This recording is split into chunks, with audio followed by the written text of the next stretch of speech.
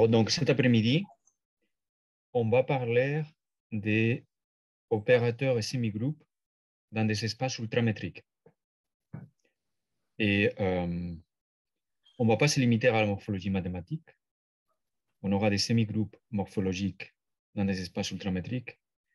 Mais j'ai pensé que ça vaut la peine aussi que je vous montre quel est l'équivalent du noyau de la chaleur, de l'opérateur de la place, dans le cadre des espaces ultramétriques.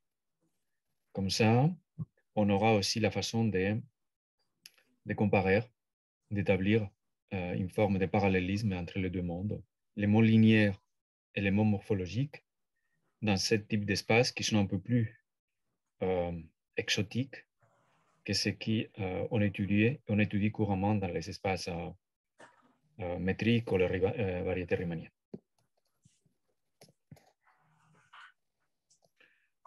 OK, alors, quelle est la motivation? Pourquoi on s'intéresse, d'un point de vue des applications, aux espaces ultramétriques? Et qu'est-ce que c'est un espace ultramétrique?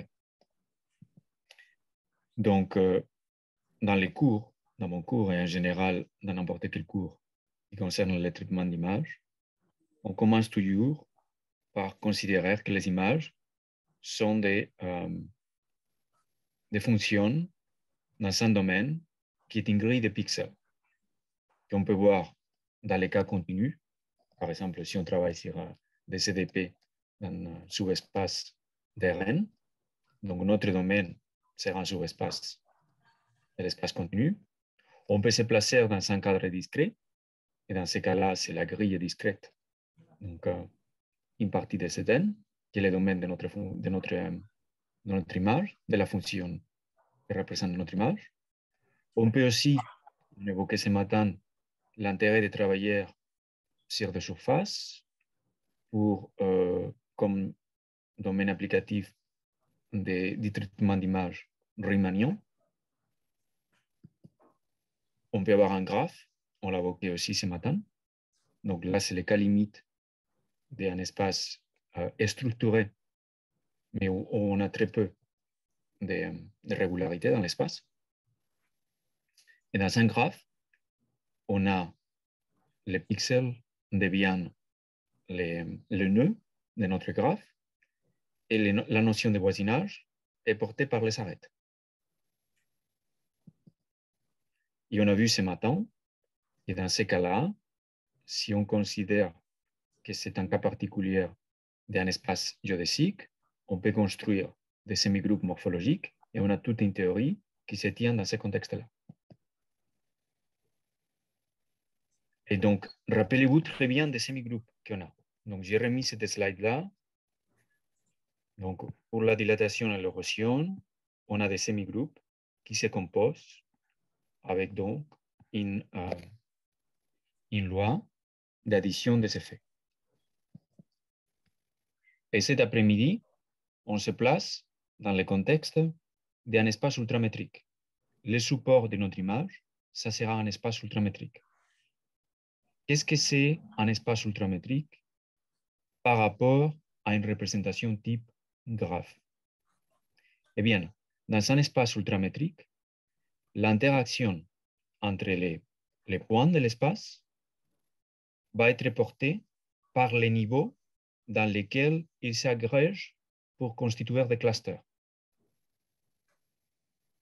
En d'autres termes, on a une représentation hiérarchique via typiquement un dendrogramme, comme celui que je vous montre là, qui va me dire deux points A et Z ont une distance ultramétrique qui va correspondre au niveau de la hiérarchie où ils sont un ancêtre commun, où ils vont devenir des éléments du même cluster.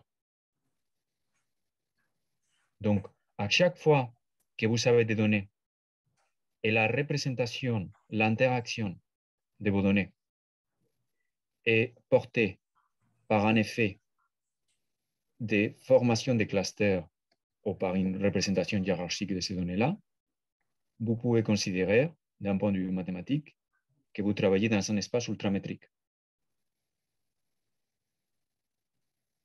Et dans ce contexte-là, la théorie que je vous ai montrée ce matin, qu'on appelle, on va appeler maintenant les max plus semi-groupes, n'est plus valide. Et on va voir tout de suite pourquoi. Quelle est la spécificité qui a la structure mathématique d'un espace ultramétrique? Donc, l'intérêt de la théorie qu'on va voir, c'est de traiter des fonctions ou des données qui ont une représentation hiérarchique. Hiérarchique dans le sens où les interactions entre les points est portée pas par une longueur, mais plutôt par un niveau où ils vont devenir des éléments de la même classe dans la hiérarchie.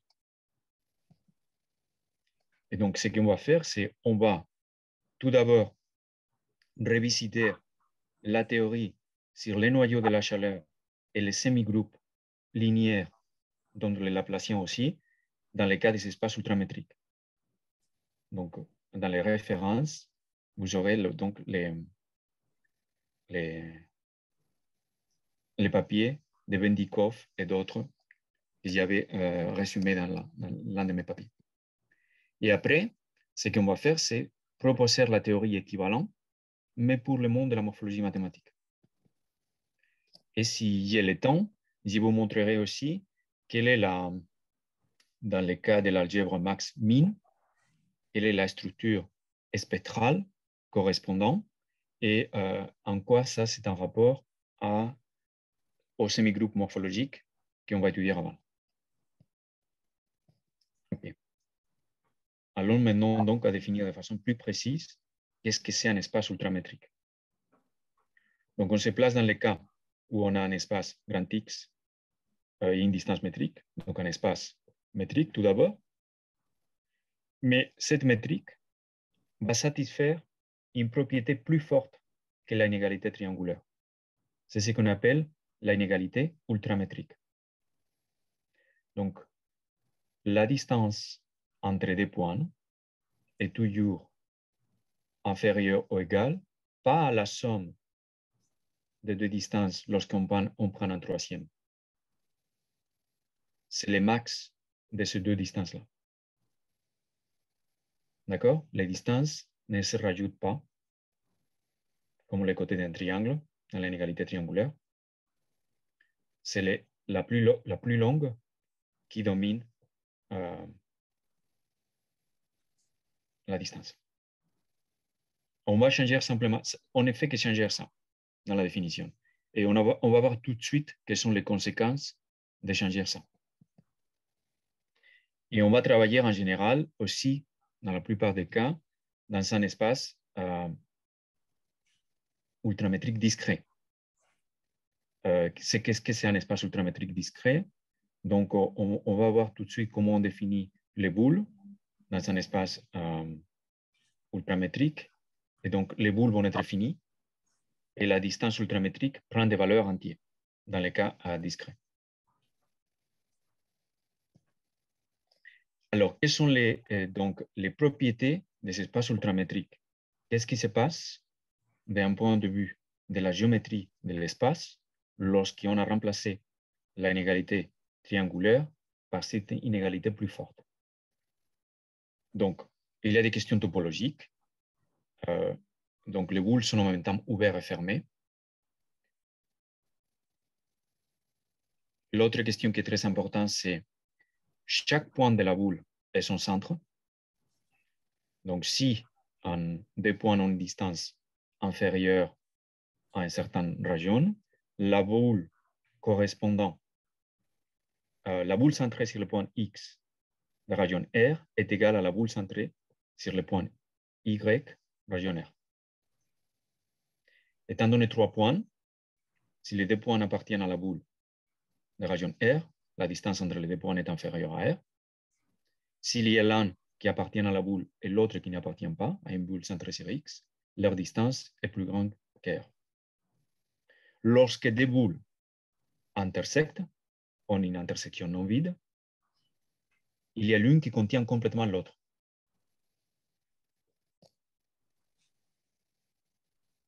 Donc, deux boules. Tout ça, c'est déjà des conséquences de ce qu'on vient de voir. Des boules ultramétriques dans certaines régions, soit elles sont la même, soit elles sont disjointes.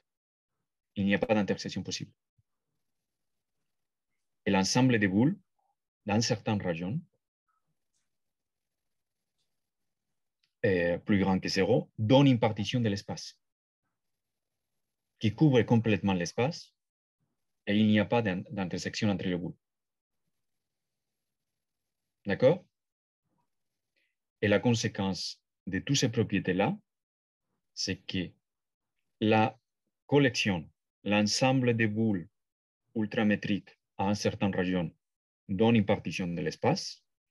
Lorsqu'on va augmenter ces régions-là, les boules vont devenir plus grandes et ils vont contenir des boules de niveau précédent, des régions plus petites. Donc, on a une hiérarchie des partitions de l'espace et chaque niveau de la partition contient le niveau précédent. Est-ce que ça c'est clair, cette idée-là? Et tout ça, toutes ces propriétés, on les démontre simplement à partir de l'inégalité ultramétrique. Donc, un espace ultramétrique est une structure mathématique qui contient une hiérarchie de classes de partitions. Et donc, il y a cette représentation hiérarchique peut être vue aussi sous forme d'un arbre à racines, où chacun des points de l'espace, c'est les feuilles de l'arbre. Et à chaque fois, pour chacune des régions possibles, on aura un niveau de la hiérarchie qui va agréger certains points. Le niveau suivant va agréger ce qui était dans le niveau précédent, plus d'autres points qui arrivent. D'accord? Donc, il y a un isomorphisme entre un espace ultramétrique discret et une représentation de ce type d'arbre à racines qu'on appelle aussi dendrogramme. Et la distance ultramétrique entre deux points, la distance ultramétrique entre deux points de la racine, c'est le plus petit de ce qu'on appelle des ancêtres dans cette représentation hiérarchique. Ou le plus petit, le niveau le plus bas, tel que les deux points appartiennent à la même classe. Par exemple, ces points-là et ces points-là, leur distance ultramétrique étant 1. Entre celui-là et celui-là à l'extrémité, il s'agirait de 3, la distance ultramétrique. OK? Donc, il y a une façon assez, je dirais, directe de calculer à partir, par exemple, d'un graphe, la représentation hiérarchique correspondant. Donc, passer d'un espace métrique, comme un graphe, à un espace ultramétrique. Et donc, ça utilise, peut-être s'il y a parmi vous des gens qui ont fait des maths discrètes, ils sont sans doute étudiés parmi les algorithmes ce qu'on appelle l'arbre des points minimum, qui va calculer dans un graphe non dirigé, avec des poids positifs, pour chacun des paires de points, une fois on a calculé le plus court chemin qui les relie, on va prendre la valeur max dans ce plus court chemin. Et c'est cette valeur max qu'on garde qui sera la distance ultramétrique entre les points. OK? Donc, à partir d'un arbre de points minimum qui nous donne le plus court chemin qui relie tous les paires de points du graphe, on a aussi la représentation dans un espace ultramétrique. OK? Et c'est cette représentation-là donc, que je vais utiliser pour les exemples. C'est-à-dire, je vais vous montrer des images. Mais les images que je vais vous montrer, elles ont été plongées, elles ne sont plus dans la grille de pixels de départ. Sur la grille de pixels, on a construit un graphe. À partir de ce graphe, un arbre de points minimum. Et à partir de ça, on a des distances ultramétriques entre les pixels de l'image. Donc, je vais voir mes images par les représentations hiérarchiques qui a été obtenues par les moyens de cette approche. Il y aurait d'autres façons de construire une hiérarchie à partir d'une image.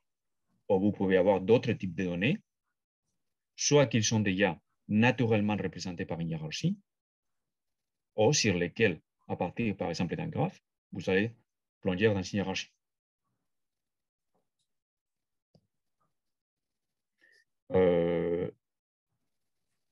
On aura donc, et ce qu'on va s'intéresser, en fait, c'est à une fonction où les domaines de chacun des points, c'est bien cet espace ultramétrique. Donc, f, c'est comme l'image conventionnelle, c'est-à-dire la fonction, sauf que plutôt qu'aller de l'espace de pixels à l'espace de niveau de grille, ici, on ira de l'espace des feuilles d'une hiérarchie au niveau de grille. Et là, on va définir aussi une notion de négatif pour pouvoir faire de la morphologie. Bref, comme d'habitude, sauf que le domaine dans lequel est définie notre fonction est un espace ultramétrique. D'accord? Est-ce que ça c'est clair à cet stade? OK, donc s'il n'y a pas de questions, on va commencer maintenant par étudier comment on définit la théorie du noyau de la chaleur dans le cas des espaces ultramétriques. Pas de morphologie encore. Là, on est plutôt dans les mondes linéaires et la théorie conventionnelle du noyau de la chaleur. Donc, on va avoir le même type de semi-groupes qu'on a dans les cas euclidiens ou riemanniens pour le noyau de la chaleur. Et on va avoir le même type d'opérateur type Laplace, qui est le générateur infinitésimal de ce type de semi-groupe. Mais maintenant, dans les cas des espaces ultramétriques.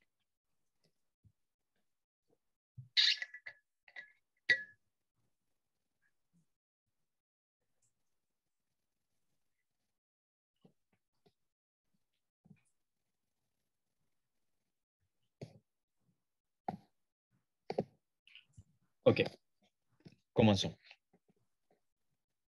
Donc, ce que je vais vous montrer maintenant, c'est une synthèse de deux papiers principaux que je vais vous montrer là. Bendikov et co-auteur autour des les semi-groupes de Markov dans des espaces ultramétriques, soit les cas généraux, soit les cas discrets. Alors, donc, on se place dans le cadre d'un espace ultramétrique et on va se définir aussi une mesure. On a besoin d'une mesure dans cet espace ultramétrique.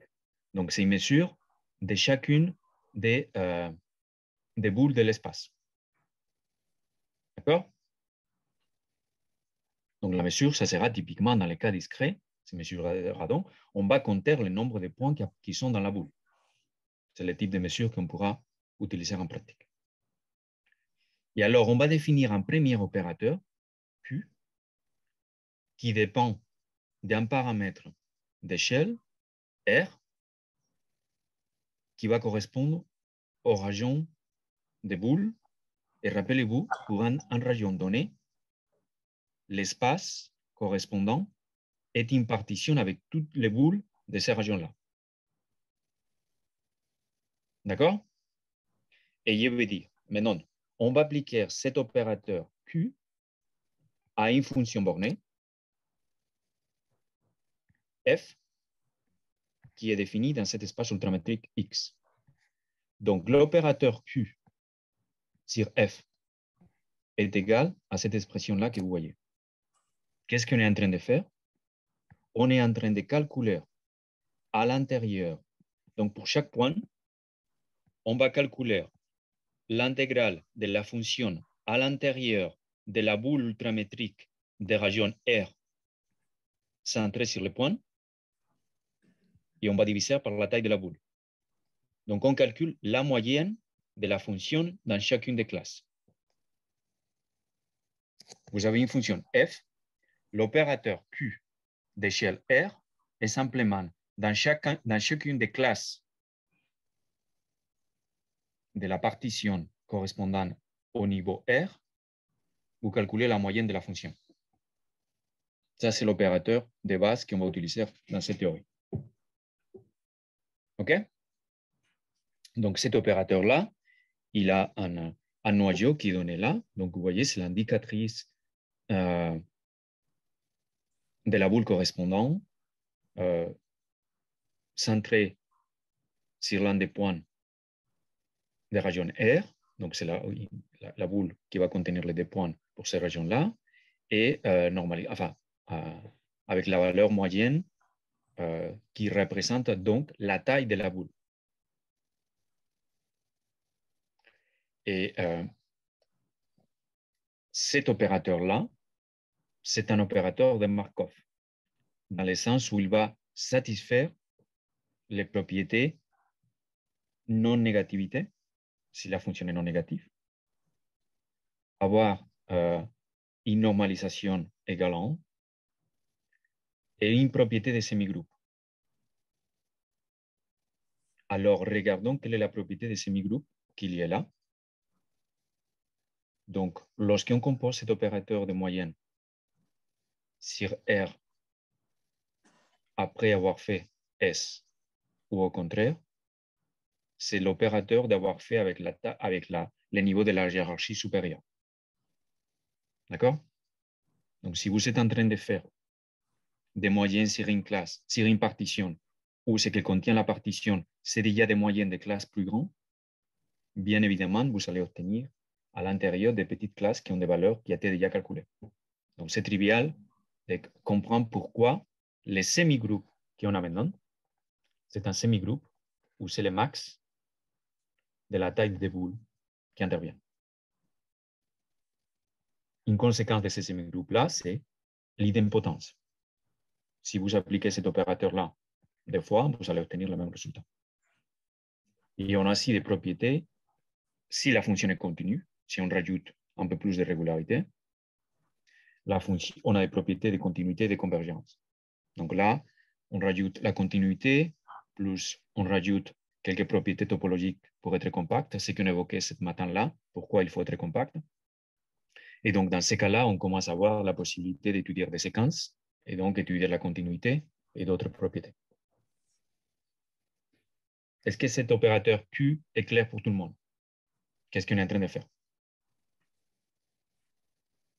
Rappelez-vous, donc, on a un ensemble de partitions de l'espace de façon hiérarchique. L'opérateur Q, la seule chose qu'il fait, c'est je prends ma fonction et je vais construire une forme de mosaïque où je vais mettre dans chacune des classes, pour chacun des niveaux, la valeur moyenne de la fonction. Il n'y a que ça.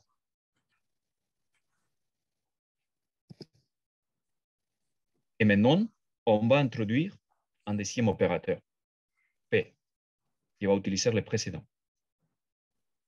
Avant ça, on va se définir une espèce de généralisation ou de quelque chose d'équivalent à la pondération qu'on a habituellement par les noyaux, vous savez, par les kernels exponentiels, où on a des pondérations qui me donnent une distribution qui dépend de la distance par rapport à la norme. Ici, on peut se donner une distribution, une fonction de distribution de la distance qui va satisfaire fondamentalement les propriétés d'été monotone décroissante. D'accord? Et je vais définir maintenant un opérateur P qui consiste à intégrer tous les opérateurs Q pour toutes les valeurs des régions possibles avec une pondération pour chacun des régions.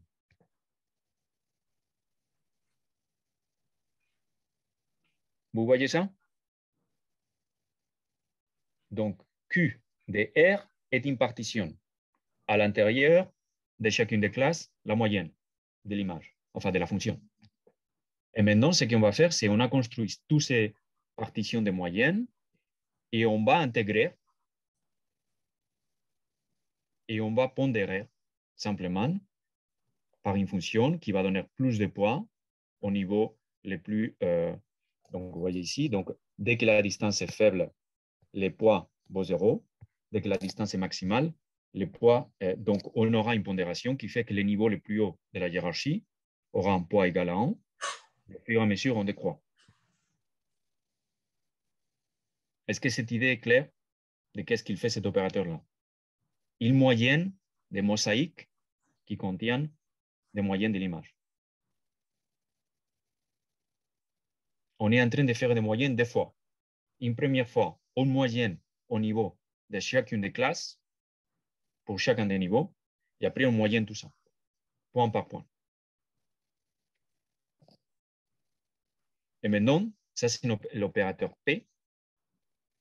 Et cet opérateur, qui est un opérateur de Markov aussi, c'est-à-dire qu'il va satisfaire aussi les actions qu'on a montrées précédemment, n'a pas encore un effet d'échelle lui-même. L'opérateur Q avait un paramètre qui était lié au niveau de la partition R. Ici, on va introduire un deuxième paramètre d'échelle T qui va consister à prendre la puissance de la fonction de pondération qui est liée à la distance.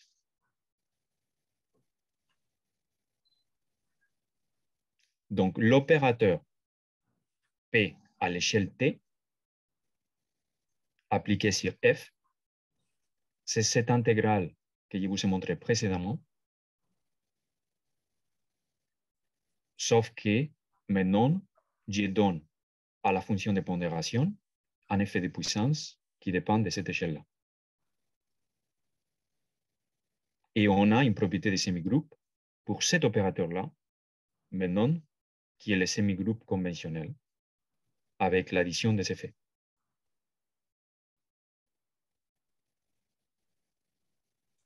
Est-ce que ça c'est clair?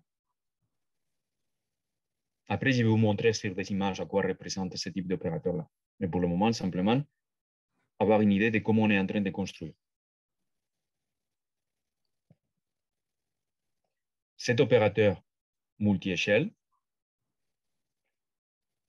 qui constitue un semi-groupe, a une représentation aussi intégrale, c'est-à-dire on peut les calculer à partir d'un kernel qui va jouer donc ici le rôle du kernel du noyau de la chaleur pour les semi-groupes P et T qu'on est en train d'étudier. Et donc, à nouveau, ce type de kernel ici va faire intervenir la normalisation par rapport à la mesure de la boule ultramétrique correspondante et qui va tenir compte donc d'une intégration dans la distribution, la fonction qui me donne la densité sur la façon où la distance ultramétrique se distribue. Et cet opérateur, cet noyau de la chaleur, il satisfait les propriétés traditionnelles du noyau de la chaleur, non-négativité, symétrie et attention. Dans les cas du noyau de la chaleur, on aurait pour le kernel une somme ici qui est liée à l'inégalité triangulaire, tandis que dans les cas ultramétriques, on a un min qui apparaît ici. Ça, c'est une différence qui est simplement la conséquence de la structure mathématique dans laquelle on travaille cette fois-ci.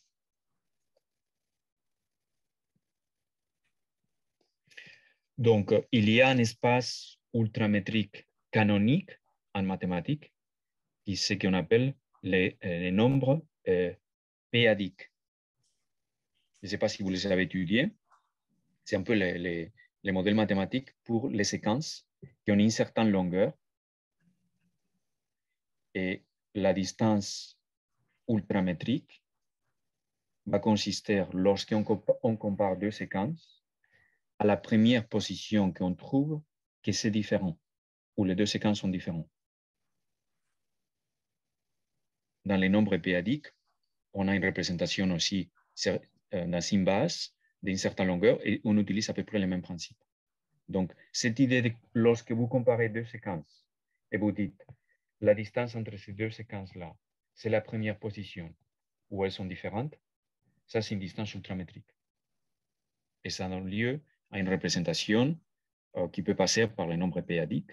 Et donc, on a une structure sur laquelle on peut définir cette théorie-là du noyau de la chaleur et des semi-groupes correspondants pour les espaces ultramétriques. Et là, je vous montre simplement à quoi ressemble, pour ces cas un peu canoniques, une possibilité de fonction de distribution de la distance qui va jouer le même rôle que l'exponentielle dans le cas du noyau de la chaleur conventionnel. Et donc là, vous savez par exemple à quoi ressemble l'expression de cette kernel, heat kernel ultramétrique. Ou pour un cas particulier, c'est la distribution de Cauchy, plutôt que la distribution gaussienne dans le cas du noyau de la chaleur. Donc, si vous voulez plus de détails, vous regardez les articles de Bendikov que j'ai mentionnés au début. Donc, dans les cas des espaces ultramétriques discrets, c'est-à-dire lorsqu'on se place dans un cadre où la distance ultramétrique, elle ne prend que des valeurs entières. Et vous vous rappelez, on avait dit, ça c'est une possibilité, on a un nombre discret de valeurs possibles de la distance. Et donc là, on peut avoir des expressions qui sont un peu plus simples que les expressions intégrales. Donc on aurait des sommes plutôt que des intégrales. Et en fait, on peut se définir typiquement une façon de pondérer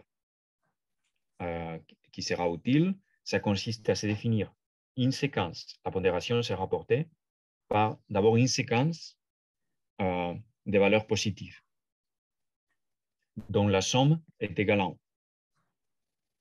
Et on va introduire, donc ça c'est la séquence C, et ensuite on va introduire une pondération pour chacun des valeurs K, c'est la somme de toutes les valeurs précédentes dans la séquence. Donc ça va être ordonné. Et donc ça va nous donner les types de pondérations qu'on peut utiliser pour construire l'opérateur P. Cette séquence-là, une fois on l'a passé à cette fonction monotone décroissant qu'on voulait. Donc, dans un espace ultramétrique discret, ce qu'on fait, c'est qu'on commence par calculer Q pour tous les niveaux possibles de la hiérarchie. Rappelez-vous, ça c'est simplement la moyenne de la fonction à l'intérieur de chacune des classes. On calcule ça. Et donc, les paramètres, maintenant on a un paramètre d'échelle T, qui est celle qu'on va utiliser pour pondérer les valeurs de la séquence S qu'on a calculée là. Et on peut voir en fait que l'opérateur correspondant écrit à l'aide de ce type d'opérateur de moyenne Q est simplement défini de cette façon-là. Donc, c'est la différence entre deux valeurs consécutives de la séquence qui pondèrent chacune des classes correspondantes. D'accord? Donc, il est facile, en fait, de calculer ce type d'opérateur-là. Vous n'avez besoin que de calculer à partir de la partition de l'espace les moyennes de la fonction à l'intérieur de chacune des classes. Donc là, je vais vous montrer pour une image comment ça évolue. Alors, donc, j'ai pris l'image F. On a construit les graphes de voisinage de pixels. À partir de ça, l'arbre des points minimum. Et par rapport à ça, on peut construire par la valeur max qui relie tous les schémas entre tous les paires de points, on peut construire la représentation hiérarchique correspondante. Et ce que je vous montre au milieu, c'est l'opérateur, c'est PDT pour un T donné, pour une échelle donnée. Donc, le noyau de l'équivalent d'un filtrage gaussien, si vous voulez. Et donc là, j'ai fait une représentation ultramétrique discrète sur 20 niveaux possibles, sur 20 niveaux dans la hiérarchie. Donc ça, c'est un T relativement faible. Donc, on va commencer à augmenter la valeur de T. Donc, ce qu'on est en train de faire, c'est qu'on est en train de faire des moyennes. Mais il n'y a pas l'effet typique lorsque vous faites une moyenne de floutage. Parce qu'ici, on n'est pas en train de mélanger ce qui se passe en dehors des différents boules ultramétriques. Donc, on préserve mieux les contours. Ce que je vous montre dans l'image à droite, c'est la différence entre les deux. Voir ce qui a changé. Donc, à nouveau, un autre exemple. Donc, ça, c'est image originale. L'image au milieu, c'est pour un niveau, pour une échelle T donnée. Là, ce que je vous montre, c'est pour une même échelle, selon qu'on discrétise différemment la hiérarchie, vous aurez plus ou moins de valeurs dans l'opérateur Q, et donc l'effet change. Donc, c'est comme si on plongeait l'image dans des espaces ultramétriques différents, entre 20 niveaux ou 10 niveaux. OK? Donc, à nouveau, ce qui est intéressant à remarquer, c'est ici, on a une représentation hiérarchique des points qui me donne déjà une forme de partition, toutes les partitions possibles. Et donc, je ne vais pas introduire un effet de floutage, de blurring, par une gaussienne qui mélangerait ce qui se passe entre les pixels sans tenir compte de la représentation en différents niveaux de proximité dans l'agrégation des pixels. Est-ce que cette idée-là est claire? L'intuition et la façon de calculer? Est-ce que vous avez des questions à cet stade?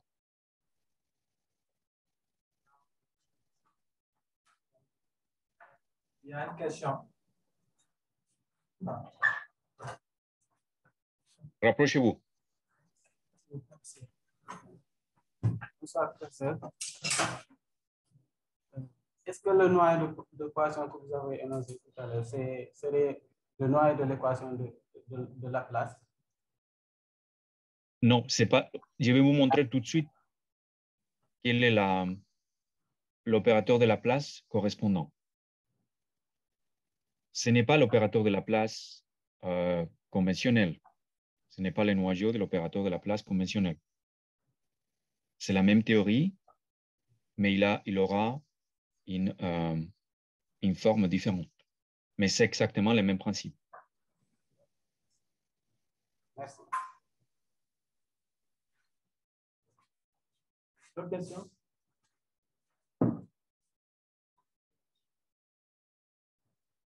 C'est bon, c'est bon. OK, donc on va continuer. Alors, on va répondre à la question, quel est l'opérateur de Laplace qui est lié, qui est le générateur infinitésimal de cette semi-groupe qu'on vient de voir. Donc, ça, c'est ce qu'on appelle les Laplaciens ultramétriques. D'accord?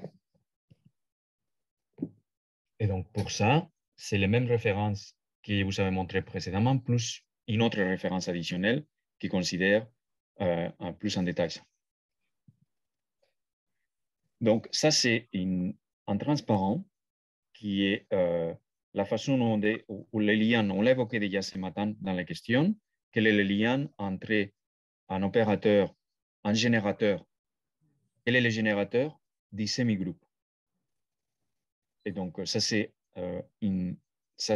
valable pour la plupart des cas qu'on peut considérer, dans quel cas on peut définir un opérateur de Laplace, que ce soit la place Beltrami, que ce soit l'opérateur de la place en Rn, ou que ce soit le cas ici dans les cas ultramétriques.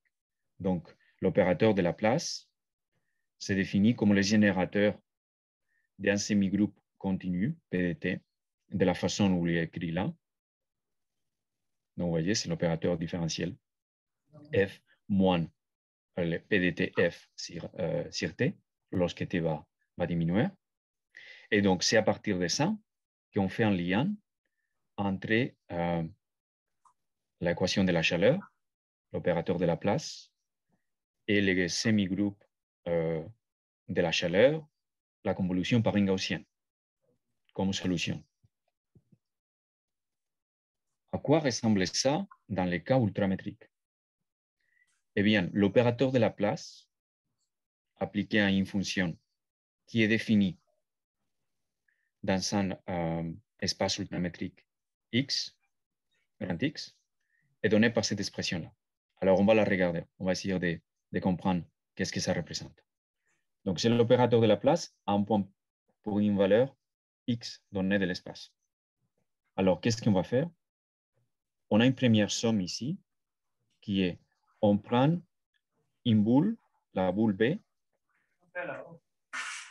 Vous voyez? Pardon. Ah non, il y avait du but derrière. Non. OK. Donc, je disais, on prend l'ensemble des boules qui sont centrées sur le point X pour tous les rayons possibles. D'accord? Et pour chacune de ces boules-là, on va calculer la moyenne de la fonction à l'intérieur de la boule. Donc là, ici, on a, comme dans les cas de la place conventionnellement, on a F moins. Ici, on aura la moyenne à l'intérieur de la boule.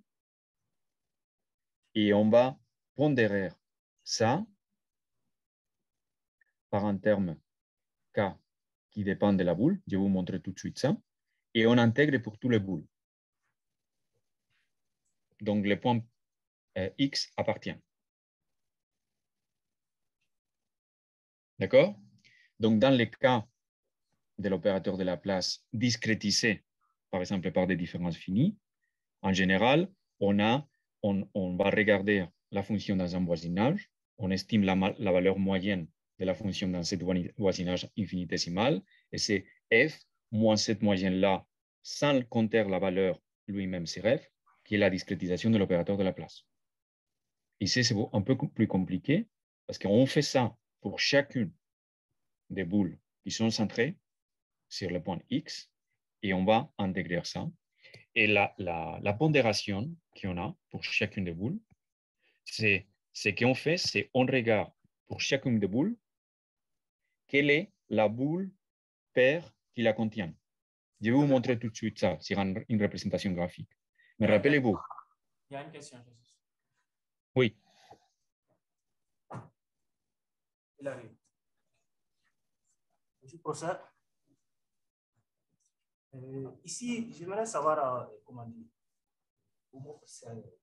Au niveau de la moyenne, lorsque le rayon de la boule va tendre vers le centre, qu'est-ce qui se passera avec l'opérateur en fait? Puisqu'on a f de x moins la moyenne, 1 sur ce plan la mesure de la boule centrée. Donc, lorsque le rayon va tendre vers 0, par exemple, on va centrer sur le centre. Et l'opérateur sera toujours défini? Oui, il est toujours défini. C'est ma question. Il est toujours défini. Donc, on a toutes les... Donc, les boules de rayon 0, c'est les points eux-mêmes. C'est l'ensemble des points de l'espace. Elle est toujours définie parce qu'il aura une façon où la moyenne, c'est la valeur de la fonction elle-même. Donc ça, ce terme-là, ça va devenir 0 pour ces cas-là. Donc pour ce niveau-là, ça n'intervient pas, mais c'est la somme de tous les autres. Donc tout est défini dans ces cas-là, il n'y a pas de problème. La mesure, ça sera 1, toujours. La mesure de la boule de rayon 0, c'est toujours 1 dans le sens où il contient toujours un point qui c'est le singleton. on n'est pas dans la mesure n'est pas 0 de la boule. Rappelez-vous, la mesure, c'est le nombre de points qui contient la boule. Et regardons encore donc, cette fonction kappa qui dépend de la boule C. Donc, je vous ai dit qu'il faut regarder quelle est la boule paire qui contient C.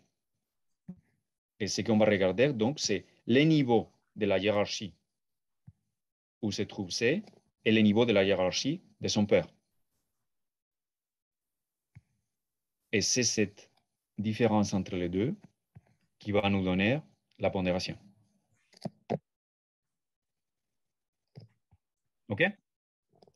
Alors, cet opérateur-là, comme ça arrive toujours dans le cas d'un opérateur de la place, il a une représentation spectrale. Il y a des fonctions propres qui sont des autofonctions donc, de l'opérateur lui-même. Dans le cas précis, les fonctions propres, je vais vous les montrer de façon graphique, c'est pour chacune des boules, on a une fonction propre pour chacune, une unique fonction pour chacune des boules. Et donc la fonction, elle a la valeur qui est portée par, on va la voir de façon graphique, c'est plus simple. Donc j'ai une boule C. Donc ça c'est un niveau de la partition possible. Et donc dans ce niveau de la partition, j'ai une boule C. Ça c'est le niveau de la partition suivant, plus haut. Donc rappelez-vous, c'est des classes qui contiennent des classes de la précédente. Il n'y a pas d'intersection, soit les classes, toutes les classes de celle-là, soit sont contenues dans une des classes de celle-là. D'accord? Donc, ce qu'on prend, c'est, on prend la boule C. On va calculer quelle est la valeur, pardon, la mesure de la boule.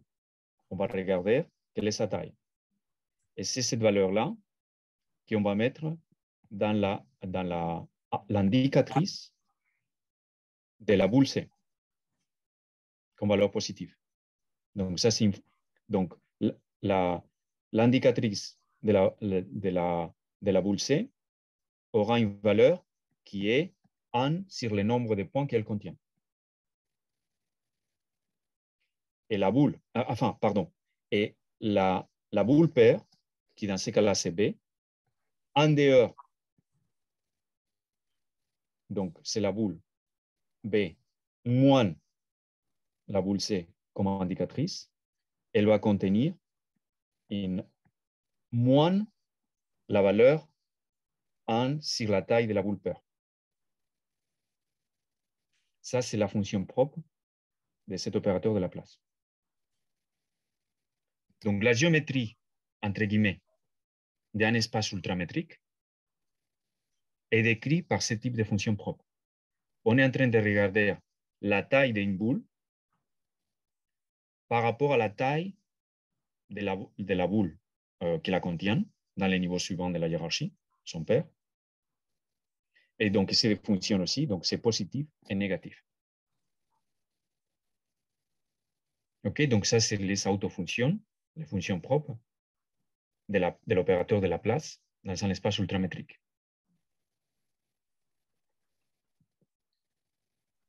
Et donc, de la même façon que je vous avais expliqué que pour les cas discrets, on a une façon plus simple d'écrire l'opérateur, le noyau de la chaleur, l'opérateur de la chaleur PDT.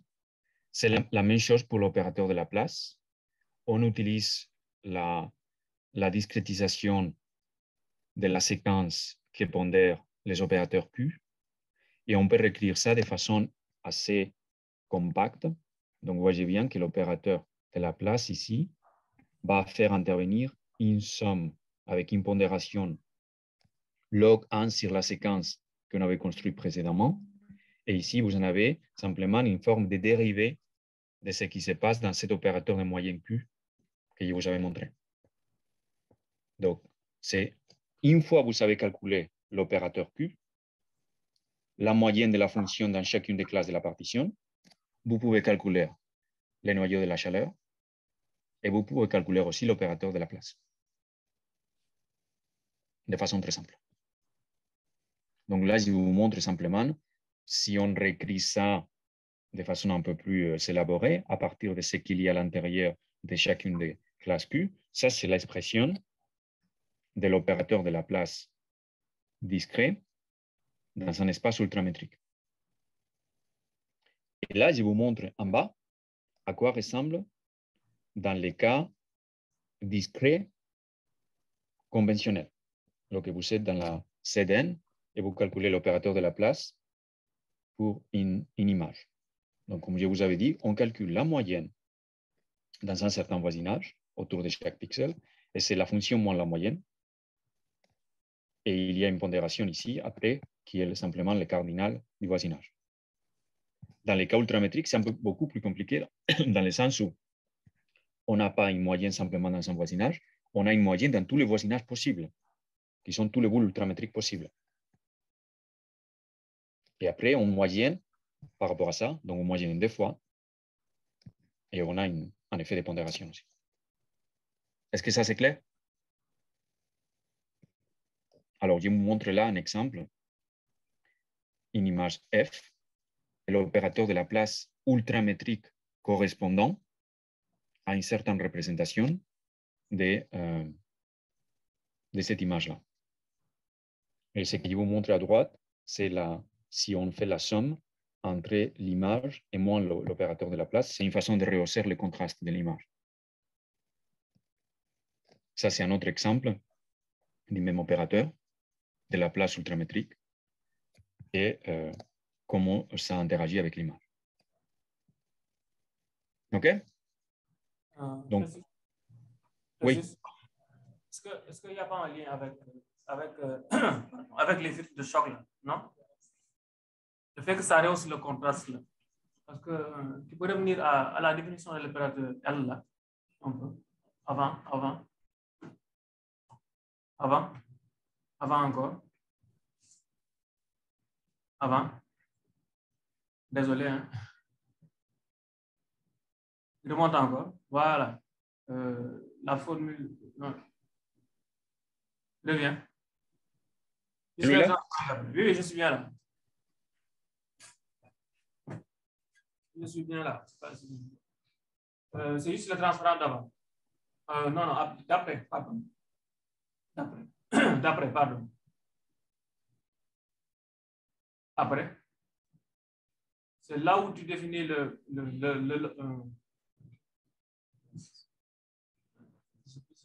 non. C'est après. C'est quand tu définis L là, avec la formule là. Voilà, c'est celui-là. Voilà, c'est là. Celui-là, par exemple? Voilà, parce que c'est... Non, reviens encore. Pas celui-là. La formule rouge. Voilà, la formule rouge. Voilà, c'est bon. Voilà, c'est bon. Je pense que celui-là, ça va te faire... Oui. Voilà, c'est bon. C'est la première formule là. C'est dans le cas où bon, ce n'était pas exactement celui-là. C'est l'autre avec la formule rouge là. Demande. Attends, je vais trouver celui-là. Avant les exemples. Voilà, c'est bien ça. Voilà, c'est bon. Je ne bouge pas parce qu'en fait, on a un délai. Donc, quand il me dit c'est le suivant, en fait, j'ai déjà passé 3 fois. Donc, maintenant, c'est bon. Il y a un décalage. C'est le décalage, en fait. Voilà. Dans la formule rouge, pour le L, l'opérateur L, quand on est en discret, là, ça veut dire que le truc 1 sur mu, c'est juste la moyenne. Ça va être la somme. Oui. 1 sur le nombre de points plus la somme là. Oui. Moins. On peut montrer qu'asymptotiquement, lorsque n tend vers l'infini, ça va converger vers l'équation de la chaleur avec le problème avec comme donnée initiale égale à F. Oui. Donc, c'est comme si l'opérateur L, ça va faire moins laplacien. Oui. Donc, je pensais au filtre de choc là, tu sais. Oui, effectivement. Alors, laisse-moi te... font du rehaussement de contraste. Je ne sais pas si c'est très lié à ça ou pas. Regarde les transparents. Il prend quelques secondes. Mais regarde ces transparents-là. Donc là, tu as l'opérateur de la place en bas conventionnel qui joue son rôle dans les opérateurs, dans les filtres de choc que tu évoques.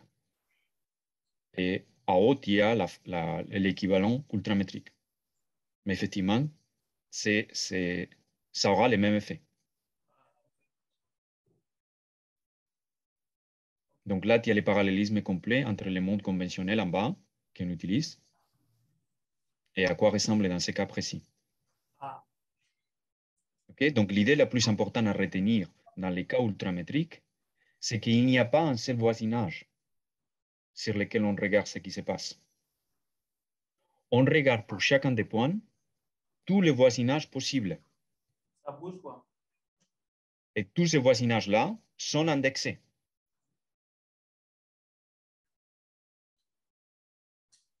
Okay. Et on intègre ce qui se passe dans tous les voisinages possibles. Mais ces voisinages-là doivent être définis pas à la façon métrique. Ça doit être défini de façon ultramétrique, c'est-à-dire les voisinages pour un pixel donné ne peuvent pas avoir une intersection non vide avec d'autres voisinages. Un traitement d'image conventionnel, pour un point donné, il y a un certain voisinage. Et pour un autre point à côté, il y a un autre voisinage. Et les deux voisinages ont une intersection qui est non vide. C'est ça l'effet typique des blurring, des floutages, des filtres. Ici, ce n'est pas le cas. Des points proches, à un certain moment, ils vont appartenir à un même voisinage. Et dans les voisinages les plus bas, ils vont appartenir à des voisinages, mais qui sont disjoints. Et c'est cette idée-là d'avoir toujours des voisinages disjoints qui donne lieu à cet effet où on préserve beaucoup mieux les contours. Donc, c'est comme si on avait tous les niveaux possibles de segmentation d'une image. OK? Ouais, merci. Alors maintenant, c'est on vient de voir le monde de la chaleur. Laissez-moi voir combien de temps on a. OK, je pense. Attendez une seconde.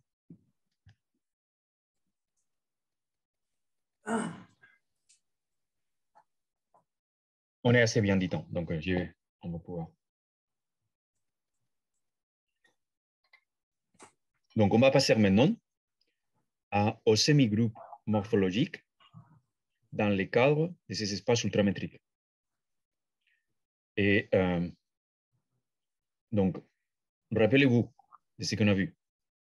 Les semi-groupes morphologiques sont intimement liés à une forme de convolution qu'on appelle la convolution max plus. Et l'idée était qu'on a remplacé l'intégrale par un sub, par un max, et les produits entre la fonction et le noyau, ou les kernels, par une somme. Ici, on va voir que c'est différent. On va tomber sur une convolution, aussi une forme d'opérateur, qu'on appelle max-min. On remplace l'intégrale par un sub, par un max, et cette fois-ci, plutôt qu'avoir une somme, on aura un min. D'accord? Ça, c'est le changement fondamental dès qu'on passe à des espaces ultramétriques. Et la raison principale, ou la raison qui est derrière ce changement de structure de convolution, donc je dirais des structures mathématiques fondamentales, c'est des changements d'algèbre, c'est en fait l'inégalité ultramétrique. Alors, donc, on va définir d'emblée c'est quoi une fonction structurante ultramétrique. Quelles sont les propriétés qu'elle doit satisfaire? donc de façon axiomatique. Et après, je vais vous montrer pourquoi une fonction structurante qui satisfait cette axiome-là me permet de construire un semi-groupe dans l'espace ultramétrique. D'accord? Donc, une fonction structurante ultramétrique est définie dans les produits d'un espace ultramétrique par lui-même. Donc, elle fait intervenir des points de l'espace ultramétrique. Et elle a un paramètre d'échelle T. Et donc, l'équivalent des axiomes qu'on a dans les cas du noyau de la chaleur pour la fonction structurante, c'est ce que je vous montre là. Donc, plutôt qu'avoir une valeur qui a une intégrale égale à 1, la fonction structurante doit avoir une valeur maximale qui est inférieure à une valeur m qui est la borne supérieure de nos fonctions. On est sur des fonctions bornées, supérieurement, et on a donc une borne là, m. Donc, le sub de la fonction structurante, pour tout paire de points, doit être inférieur à m. Sur la diagonale, elle est égale à m. Elle est symétrique. Elle est monotone décroissant par rapport à la distance ultramétrique. On définit aussi un complément. C'est pour ça qu'on a besoin d'un m, là, pour définir le complément dans ce cas-là. Et elle doit satisfaire une propriété de semi-groupe qui est celle que je vous montre là. Lorsqu'on va appliquer cette forme de composition des fonctions structurantes qui font intervenir un sub ici et un inf ici, vous voyez, je compose une fonction structurante à l'échelle T et une fonction structurante à l'échelle S. Ça est équivalent à la fonction structurante à l'échelle maximale parmi les deux. OK? Ça, c'est ce qu'on va appeler la max-min, la propriété de semi-groupe max-min. Alors, ça, c'est une définition axiomatique. Quel serait un exemple de fonction structurante ultramétrique qui va satisfaire toutes ces propriétés-là? Et là, je vous montre un exemple typique, serait cette fonction qui apparaît là. Donc, ici, c'est la distance ultramétrique par rapport à un paramètre d'échelle T. Vous pouvez mettre une forme quelconque ici. P, c'est une forme de puissance pour avoir une déformation. Et ça, cette fonction structurante satisfait tout ce que je viens de vous montrer. C'est-à-dire, si vous prenez ça comme fonction structurante, vous aurez les semi-groupes max-min que j'ai montré précédemment.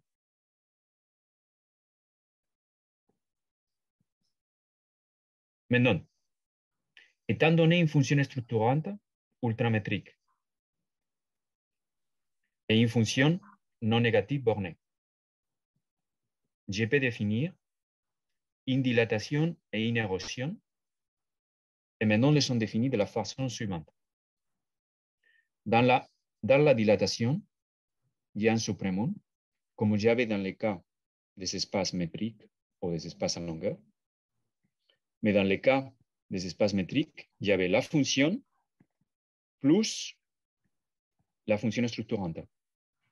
Et ici, il y aurait la fonction inf, donc c'est le minimum entre les deux, la fonction structurante. Et il y a un opérateur dual qui est l'érosion. D'accord? Là, je n'ai pas bien compris. Là. C'est comme si tu faisais le sub et le inf en même temps. C'est comme si tu fais le filtre alterné, non? C'est comme si je fais la chose suivante. Pour tout point de la fonction f, x, oui. Oui. je vais prendre Tu sais, regarde ce qu'on fait habituellement dans la convolution. Dans la convolution, tu aurais une intégrale où tu vas prendre toutes les valeurs fi de la fonction et tu vas les pondérer en multipliant par un kernel qui va dépendre typiquement de la distance entre ton point x à tous ces points-là. Oui. Donc, plus les points y sont loin de x, moins ils interviennent dans cette intégrale-là. Ça, c'est dans le cas de la convolution habituelle. Dans le cas de la dilatation en max plus, dans le cas des espaces métriques, ce que tu fais, c'est que tu fais pareil, mais plutôt que pondérer par un produit, tu vas faire une somme d'un terme qui va dépendre de la distance. Négatif. Donc, plus tu es loin, plus tu vas soustraire, donc moins ça intervient dans les sous. Ici, c'est beaucoup plus brutal que ça.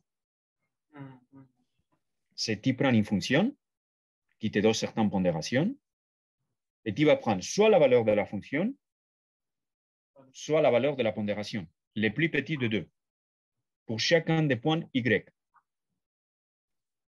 Et après, tu vas prendre le max de tous ces points-là. Donc, tu fais le min entre la valeur de la fonction et la fonction structurante correspondant à ces points x sur lesquels tu es centré pour la calculer.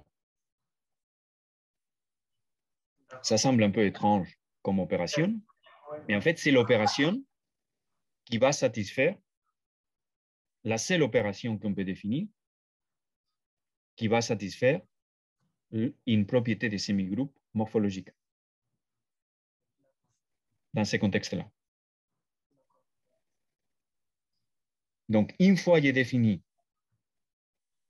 une dilatation ou un opérateur DDT et un opérateur EDT de cette façon-là, avec une fonction structurante ultramétrique, on peut vérifier que ces opérateurs-là, ce type de convolution, entre guillemets, max-min, va satisfaire les propriétés habituelles qu'on demande à la dilatation et à l'érosion. Donc, d'un point de vue algébrique, il s'agit bien de dilatation et d'érosion. OK? Et en particulier, ce qui va nous intéresser, donc ça, c'est exactement, je vous montre, ce matin, je vous avais montré tout ça dans le cadre des espaces métriques. Et à un moment, je vous avais montré les semi-groupes qu'on avait pour le cas des espaces à longueur, dans lesquels, si vous vous rappelez de ce matin, DDS, si on applique DDT sur DDS, sur F, c'est D, T plus S, dans les cas métriques, ou à longueur, pardon. Ici, on a DDS sur DDT, ou DDT sur DDS, c'est D à la valeur maximale. On a un semi-groupe, mais cette fois-ci, c'est un semi-groupe où c'est l'action de l'opérateur le plus fort, à l'échelle la plus forte, qui domine. Ça ne se compose pas de façon additive. OK? Donc, par rapport aux propriétés, les opérateurs DDT et EDT que j'ai introduits avec l'algèbre max-min, ils forment une dilatation et une érosion d'un point de vue algébrique, car ils sont croissants et ils commutent avec les suprêmum et les infimum. Rappelez-vous de la première journée, c'est comme ça qu'on avait dit que de façon algébrique, je peux définir toute paire d'opérateurs dilatation-érosion. Donc la dilatation et l'érosion, 2 et E, c'est dilatation-érosion. Ces opérateurs-là sont aussi pour l'érosion anti-extensive et pour la dilatation extensive, et en plus, ils sont idempotents. Si on utilise DDT suivi de DDT, c'est le max de 2, donc c'est DDT. Donc, ils sont idempotents. Donc, DDT est une fermeture. EDT, c'est une ouverture. Dans les cas ultramétriques, la dilatation est en même temps une fermeture. et l'érosion est en même temps une ouverture. Et puisqu'ils sont des ouvertures et des fermetures, et ils sont des semi-groupes, ils constituent, ce qu'on avait regardé la première journée aussi, un espace-échelle de type granulométrie. Donc, dans les cas ultramétriques, on simplifie beaucoup plus les choses au sens des propriétés algébriques. Notre opérateur est simultanément une dilatation et une fermeture. Et ça n'arrive que dans les cas ultramétriques. On peut les construire. Donc là, je vous ai montré la définition intégrale, entre guillemets. Pour les cas discrets, on peut avoir aussi des expressions un peu plus simples. C'est un peu comme pour le noyau de la chaleur ultramétrique dans les cas discrets. Alors, je vous montre là à quoi ça correspond. Donc, ce qu'on va faire pour calculer ça, c'est, rappelez-vous, pour les cas du noyau de la chaleur, on calculait un opérateur Q qui consistait à calculer la moyenne de la fonction dans chacune des boules ultramétriques. Ici, on va définir un opérateur Q sup et un opérateur Q inf qui va contenir la valeur maximale et la valeur minimale dans chacune des classes de tous les niveaux de la hiérarchie possible. Et maintenant, pour construire la dilatation à l'échelle T, je vais utiliser une séquence de pondération qu'on construit, pardon, ça y est passé très vite, qu'on construit de la même façon qu'on avait construit pour les cas gaussiens une séquence de pondération. Ici, on va le faire de la même façon. Et donc, je suis en train simplement de construire toute cette mosaïque avec des valeurs maximales dans chacune des classes, ou pour l'érosion des valeurs minimales. Et après, j'ai une espèce de borne pour chacun, une valeur maximale que la fonction peut atteindre. Sinon, je la coupe par rapport à ces bornes-là. Et j'ai fait ça pour tous les niveaux possibles et je prends la valeur maximale ou la valeur minimale. Donc, c'est très facile à implémenter aussi. C'est la même chose que pour les cas gaussiens. Et on aura les effets typiques de dilatation et de érosion. Alors, je vais vous montrer ça.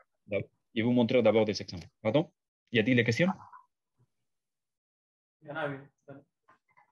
Il faut se rapprocher.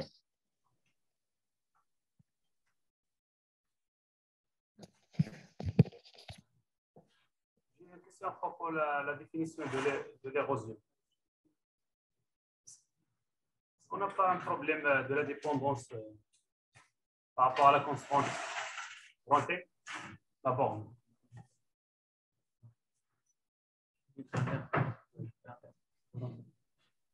Ici? Oui. En fait, donc dans le cas de la dilatation, on a une valeur maximale. Donc ça, c'est une séquence qui est définie, une séquence positive, qui sera bornée par cette valeur. On n'a même pas besoin d'avoir une borne. On a besoin simplement d'une séquence de valeurs positives. Elle commence par 0 et après, elle va augmenter. Donc, il faut l'avoir comme si c'était l'équivalent de la fonction quadratique. Rappelez-vous, ce matin, on avait dit le cas des fonctions structurantes canoniques, c'est une forme de fonction quadratique.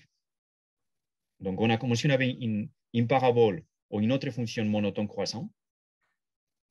Et ce qu'on fait ici par les m moins un facteur d'échelle qui fait ça, c'est on va la placer sur m et on va la faire décroître la séquence par rapport à ça. D'accord? Et donc, dans le cas de la dilatation, ce qu'on va faire, c'est qu'on a cette espèce de fonction qui démarre à m et qui va décroître progressivement. Et on considère ça comme une espèce, pour chacun des niveaux, k, comme la valeur maximale que la fonction peut atteindre dans cette pondération-là. Et ici, ça sera, comme on fait m moins la fonction, et la fonction est elle-même m moins quelque chose, c'est m moins m va partir, ça va devenir une valeur positive. Donc, en fait, c'est la valeur. Ici, on a une borne qui est, il faut prendre la valeur minimale entre la fonction ou la borne. Sinon, je prends la borne. Et après, je prends la valeur la plus petite. D'accord? C'est un peu l'interprétation de ça. Donc, c'est vraiment l'un et le dual par rapport à l'autre. Ici, c'est comme une borne maximale que je peux atteindre, tandis que dans l'érosion, c'est comme si c'était la borne minimale qu'il faut atteindre. Sinon, je la prends. Dans la définition générale, lorsqu'on définit l'érosion, on définit le complément. Est-ce que cette définition, oui. Ne dépend pas de la borne? Oui. Effectivement. Donc, le complément est défini par rapport à la borne. Ouais. J'ai passé très vite, mais c'est fondamental pour que ça ait du sens. La fonction structurante, elle est déjà, ici. Tout est défini par rapport à cette borne-là. Et donc, on a une dualité qui est complètement liée à cette borne-là. C'est pour ça qu'on se place dans un cadre un peu simple. Ce n'est pas indispensable. On pourrait avoir un truc un peu plus général. Merci. Merci beaucoup. C'était une très bonne question, oui, pour bien comprendre un peu toutes ces utilités-là. Donc, comme je vous disais, je vais vous montrer quelques exemples. Donc, alors, on a notre image de l'aéroport, à nouveau. On construit la même représentation hiérarchique. Ici, par exemple, sur 5 niveaux de la hiérarchie. Et je vais montrer la dilatation à haut à gauche, l'érosion à haut à droite. M, c'est l'opérateur qui est simplement la moyenne entre les deux, entre la dilatation et l'érosion. C'est une forme de moyenne L infini. Et ce que vous avez à droite, c'est l'opérateur morphologique de la place. Je vous avais montré ça les premiers jours. Rappelez-vous, c'est dilatation plus érosion moins 2 fois la fonction. Ça, c'est ce qu'on appelle la dérivée seconde morphologique. Donc, cet opérateur L infini, ce n'est pas l'opérateur de la place associé le générateur des semi-groupes de la chaleur. Hein. C'est l'opérateur de la place morphologique. Donc là, je vous montre érosion, dilatation pour un T tout petit. Et donc, on va augmenter l'effet d'échelle. T 0.01. Donc, vous voyez, on a une dilatation. On a la même interprétation que faire une dilatation. Donc, les niveaux de gris les plus hauts vont se propager. On a une érosion. On a un effet similaire pour les fonctions qu'on aurait. Mais comme pour le cas de la chaleur, on n'a pas d'effet où les structures disparaissent ou se mélangent entre eux. Parce que le voisinage ne se chevauche pas.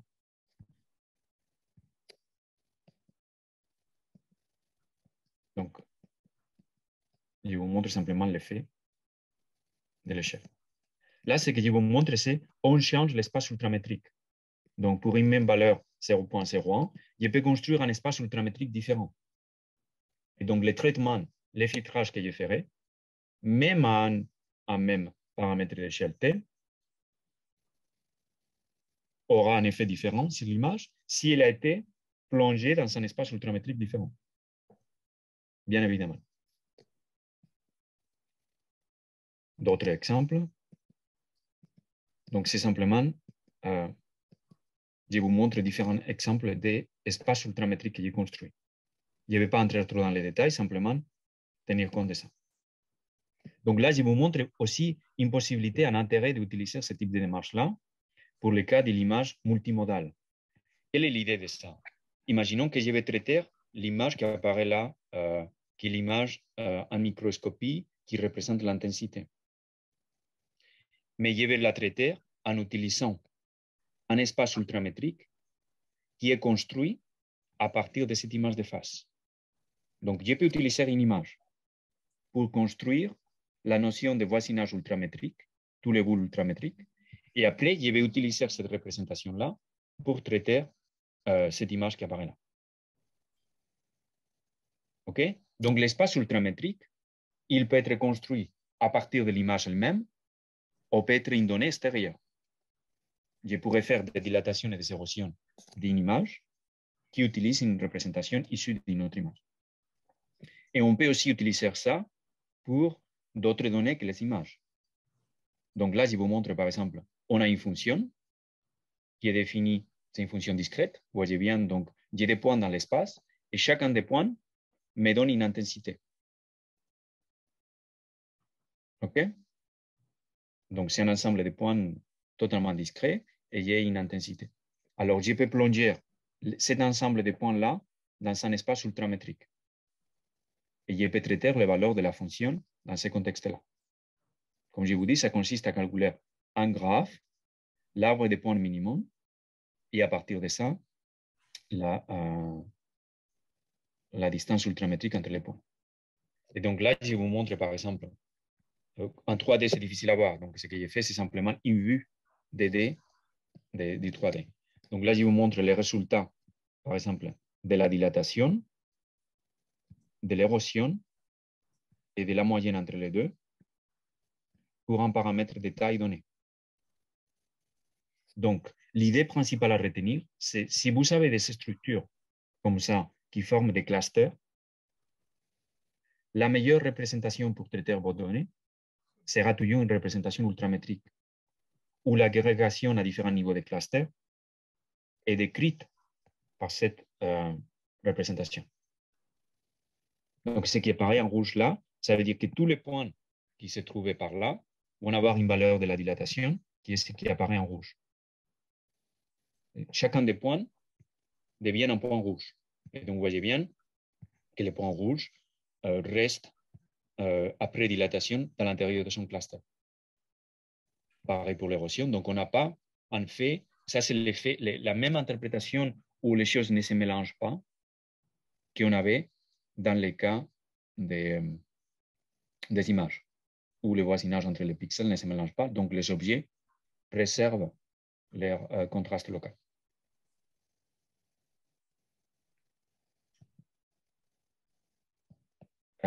Donc, je pense que je vais arrêter là, parce qu'il nous reste une partie, mais ça vous laisse une pause un peu plus longue. Je pense qu'on a été très long aujourd'hui déjà avec les semi-groupes. Ce qu'on peut faire avec les... Maintenant, c'est si on a des questions. C'est soit de l'après-midi, soit du matin. On peut cet aperçu complet sur les semi-groupes morphologiques dans les cas soit métriques aux longueurs, soit ultramétriques. Et un point simplement pour les perspectives. Pour ce type d'opérateur-là, que je vous ai montré, il n'y a pas encore des opérateurs pseudo-différentiels qui nous donneraient l'équivalent d'un modèle de Hamilton-Jacobi. C'est le cas pour l'opérateur de la place ultramétrique. Il y a des livres complets sur les opérateurs pseudo-différentiels dans des espaces ultramétriques et l'opérateur de la place correspondant. Ce n'est pas encore le cas pour la morphologie.